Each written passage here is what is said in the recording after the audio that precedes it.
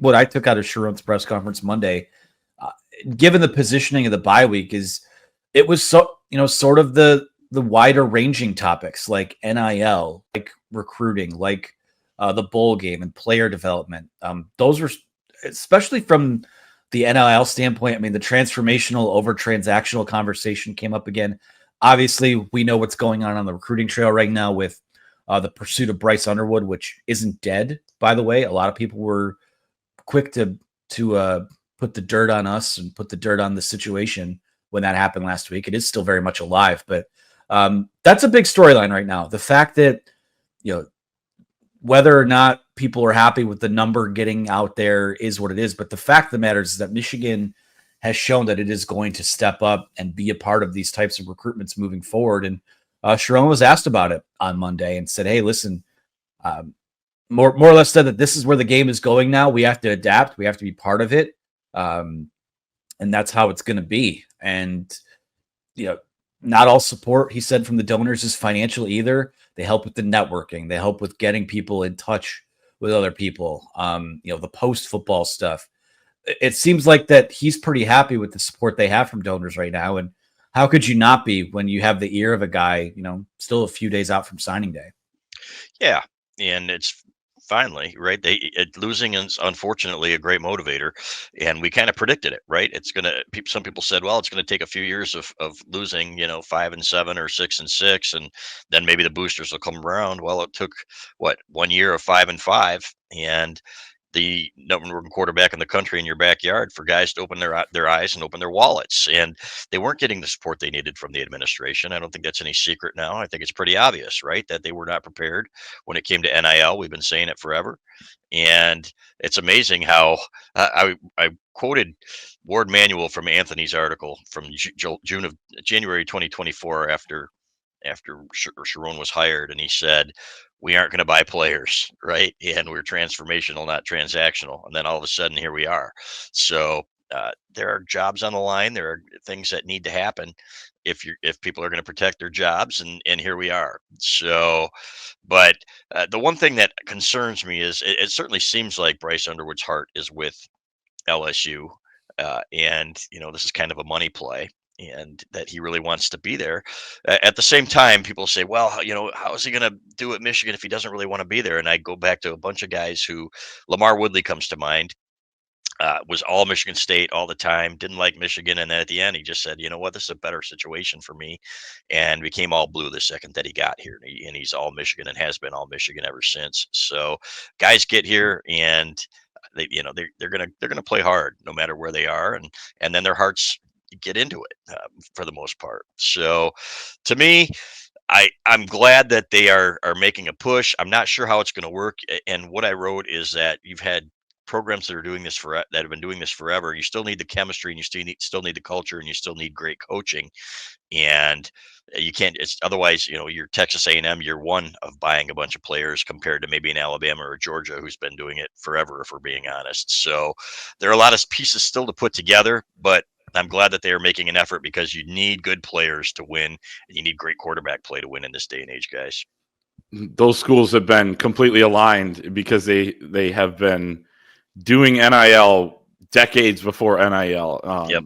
So they had the infrastructure, and they just said, all right, let's just do this legally now. It's become even more legal. I think the difference between what Ward Manuel said in January and now is the Tennessee court injunction that allows this in March. So it's amazing what's even changed since the summer. I think Michigan's gotten a lot more aggressive. I think as Sean McGee, their general manager, has gotten settled in here, they've certainly made a bigger push. And I think that even it's not just donors maybe being motivated by some of the losing. It's probably the coaching staff and the support staff like Sean McGee that understand that, okay, December in the transfer portal is going to be a big month for us. Finishing this recruiting class strong, potentially with the number one player in the country, Bryce Underwood, would be massive, but not just him. Others, certainly, that they've landed. This is a very, very good class so far, and they could add to it and end up in the top 5 or something like that here before signing day. I would guess they end up getting Bryce Underwood, which would be huge. But, I think there's still time and things to play out here. But that'll be interesting to watch. Sherrone Moore said at his opening press conference back in late January that they wanted to be aggressive with NIL. They wanted to be aggressive with recruiting. He wanted to be kind of an out front head coach recruiter, a little bit less. Jim Harbaugh was a little bit less of that later in his career. I think he trusted guys like Sherrone Moore and the rest of his staff to get it done on the recruiting trail. And then certainly they had some issues with NIL and didn't adapt quick enough. But it's kind of, he's taken some of these recruitments upon himself, which I think is important. And we'll see where it takes him. But I think you got to go all in on winning these next 2 games. But in the background, you got 24 hours in a day, right? I don't know how much these guys sleep at this point, but all the other hours you're kind of using on preparing what you can for what next season's going to be. And a lot of that isn't next September when the season kicks off. It's how do you set yourself up in the next several weeks for that. So it's just a huge time of year. You may be hiring new coaches at different spots as well while you're doing it simultaneously. Maybe he has to talk to Dusty May and say, hey, how'd you do all that back in March and April last year when you were building a roster and a coaching staff? It felt like Dusty May had all 24 hours of the day at his disposal. So it's going to be interesting to see how it plays out. But it's pretty clear that he has a different take on it than maybe than Jim Harbaugh did. He's getting more support though as well. So I guess that could have been the big change, and we'll see where it takes him. Yeah, I think that's kind of putting a bow on all of it. I think that's why I like where this second bye week sits, because it's clear to me. I think that they are getting a head start on some of those administrative things, some of those, having a plan in place for what happens as soon as the regular season is over, because you're not going to be preparing for a football game the week after Ohio State. You're going to be waiting, whatever it is, a week to 10 days for your bowl assignment. Should you get bowl eligible, and things are going to move pretty fast in terms of portal guys jumping in from your program, guys jumping in from other programs. You're going to have some decisions to make on the coaching staff. So I think where this bye week sits was a good place to start getting those ducks in a row. We know that both Sherrone Moore and Kirk Campbell were watching Brady Hart on Friday night. Our EJ Holland was there, saw both of those guys there. So they've got an eye on the 2026 class as well. So I think that, listen, this season is what it is at this point.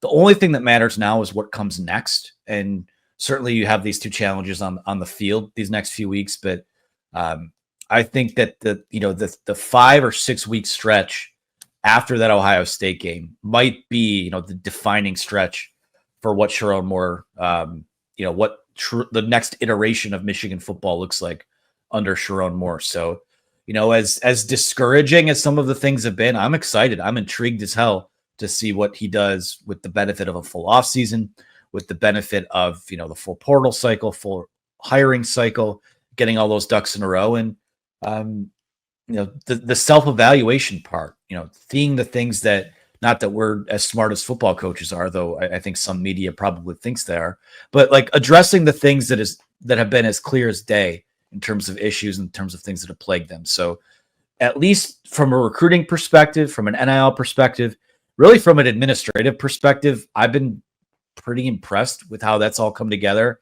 Now it's time for them in the next, over the next month or so to figure out how that parlays into success on the field. But any other final thoughts on football? No, just win, baby. Let's get this one on Saturday. Could be 42 and cloudy or partly cloudy, I think, and good football weather. And let's go to Columbus and make it interesting, fellas, and see what happens. I like that trip. Last time was unbelievable. And again, you just never know. So finish strong and hopefully, decent bowl game. It won't be a great bowl game, but just finish strong and play with some pride. That's what I want to see. No doubt. All right, and the 2 bowl games, I'm working on a bowl projections for later today. It seems like our most in play would be the Pinstripe Bowl in New York and the Music City Bowl in Nashville. So outside shot at the Detroit Bowl, I guess. We forget what that's called. It's had like 12 different names since I've been alive. Game Above Sports, I believe. Okay, so all 3 of those kind of in play. We'll see. That kind of seems like the slot you'd be in at 6-6. If you find a way to get to 7-5, maybe the road opens to the Duke's Mayo Bowl. Get to see Sherrone Moore take the Mayo bath. Would love to see the Pop-Tarts Bowl That is the most metal bowl that there is because you get to devour the mascot after the game. But hey, Where is it that? is what it is. It's what's that? Where is that bowl? I think did that replace whatever like the Buffalo Wild Wings Bowl was? I think it's Tampa. I thought it was Charlotte. Or no, that's the Mayo Bowl. Yeah. Maybe it's Arizona. I don't know. Yeah. Who cares? Yeah. Whatever. Yep. It's not the college football playoff. That's where we wanted to be. That's right.